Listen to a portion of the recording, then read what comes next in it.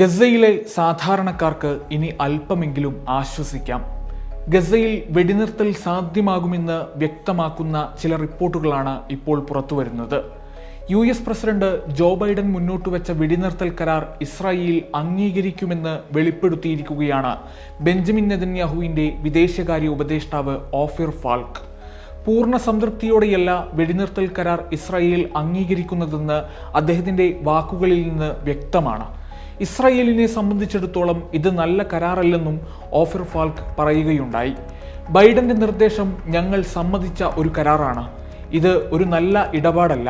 പക്ഷേ ബന്ദികളെ മോചിപ്പിക്കാൻ ഞങ്ങൾ ആഗ്രഹിക്കുന്നുവെന്നും ബ്രിട്ടനിലെ സൺഡേ ടൈംസിന് നൽകിയ അഭിമുഖത്തിൽ ഓഫിർ ഫാൽക്ക് വിശദമാക്കുന്നു. അന്താരാഷ്ട്ര തലത്തിൽ ഇസ്രായേലിനെതിരെ ഉയരുന്ന വിമർശനങ്ങളും പ്രതിഷേധങ്ങളും മറ്റു നയതന്ത്ര ഇടപെടലുകളും ഇസ്രായേലിനെ സമ്മർദ്ദത്തിലാക്കുന്നതിൻ്റെ ലക്ഷണങ്ങളാണ് ഇപ്പോൾ കണ്ടുവരുന്നത്. US state secretary Antony Blinken Israel മന്ത്രിസഭയിലെ യോവ് ഗാലന്റുമായും ബെന്നി ഗാൻസുമായും ഫോണിൽ സംസാരിച്ചിട്ടുണ്ട്. ഹമാസും വെടിനിർത്തലിന് സന്നദ്ധത പ്രകടിപ്പിച്ചതായാണ് വിവരം.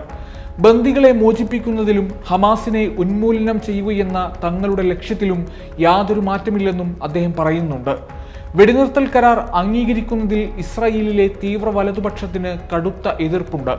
ഹമാസിനെ നശിപ്പിക്കുന്നതിന് മുൻപ് ഏതെങ്കിലും കരാർ ഉണ്ടാക്കുന്നതിനെ തങ്ങൾ എതിർക്കുന്നുവെന്നാണ് ധനമന്ത്രി ബെസലേൽ സ്മോട്രിച്ചും ദേശീയ സുരക്ഷാ മന്ത്രി ഇറ്റാമർ ബെൻഗ്വിറും വ്യക്തമാക്കിയത്. നെതന്യാഹു കരാർ അംഗീകരിച്ചാൽ ഇസ്രായേൽ ഭരണസഖ്യം ഉപേക്ഷിക്കുമെന്നും മന്ത്രിസഭ തകരുമെന്നും ഇരു മന്ത്രിമാരും ഭീഷണിപ്പെടുത്തി. എന്നാൽ Israel state president Isaac Herzog കരാറിനെ പിന്തുണയ്ക്കുന്നതായി എക്സിൽ കുറിച്ചു. പ്രസിഡന്റ് ബൈഡന്റെ പ്രസംഗത്തിനും ഗസയിൽ ഹമാസ് ബന്ദികളാക്കിയ എല്ലാവരെയും മോചിപ്പിക്കുന്നതിനുമുള്ള അദ്ദേഹത്തിന്റെ നിരന്തരമായ ശ്രമങ്ങൾക്കും നന്ദി പറയാൻ താൻ ആഗ്രഹിക്കുന്നുവെന്നാണ് അദ്ദേഹം എക്സിലൂടെ പറഞ്ഞത്. ബന്ദികളെ മോചിപ്പിക്കുന്ന കരാറിന് തന്റെ പിന്തുണയുണ്ടാകുമെന്ന് പ്രധാനമന്ത്രിയോട് പറഞ്ഞതായും അദ്ദേഹം വെളിപ്പെടുത്തി.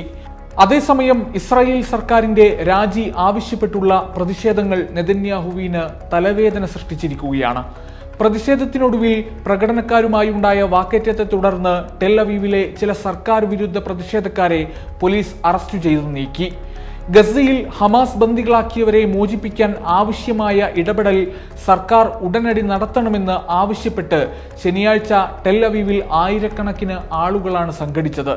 പുതിയ തെരഞ്ഞെടുപ്പ് നടത്തണമെന്നും പ്രധാനമന്ത്രി ബെഞ്ചമിൻ നെതന്യാഹു അധികാരം ഒഴിയണമെന്നും അവർ ആവശ്യപ്പെട്ടു.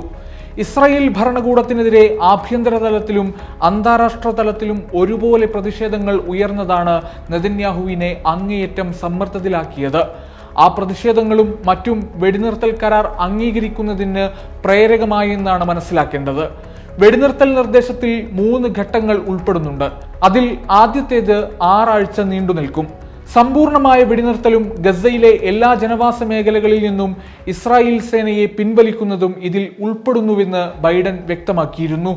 വെടിനിർത്തൽ കരാറിന്റെ കരട് രൂപം ഹമാസിന് ഖത്തർ കൈമാറിയതായും ബൈഡൻ പറഞ്ഞു. ആദ്യഘട്ടത്തിൽ ഇസ്രായേലിലെ 100 കണക്കിന് ഫലസ്തീൻ തടവുകാരെ സൈന്യം മോചിപ്പിക്കും.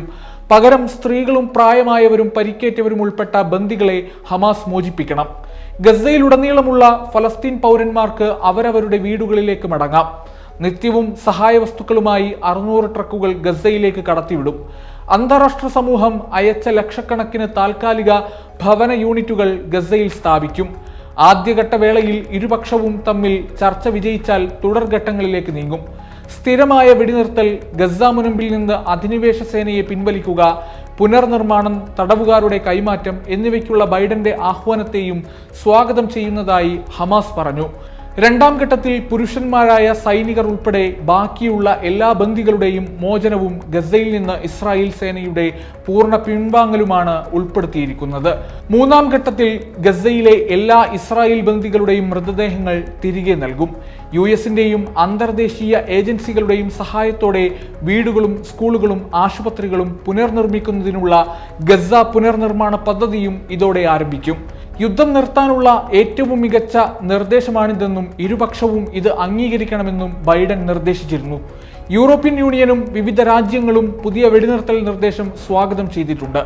അതേസമയം ഗസയിലെ ഹമാസിന്റെ ഭരണം തങ്ങൾ ഒരു ഘട്ടത്തിലും അംഗീകരിക്കില്ലെന്ന നിലപാടിൽ ഉറച്ചു നിൽക്കുകയാണ് ഇസ്രായേൽ പ്രതിരോധ മന്ത്രി യോവ് ഗാലന്റ്.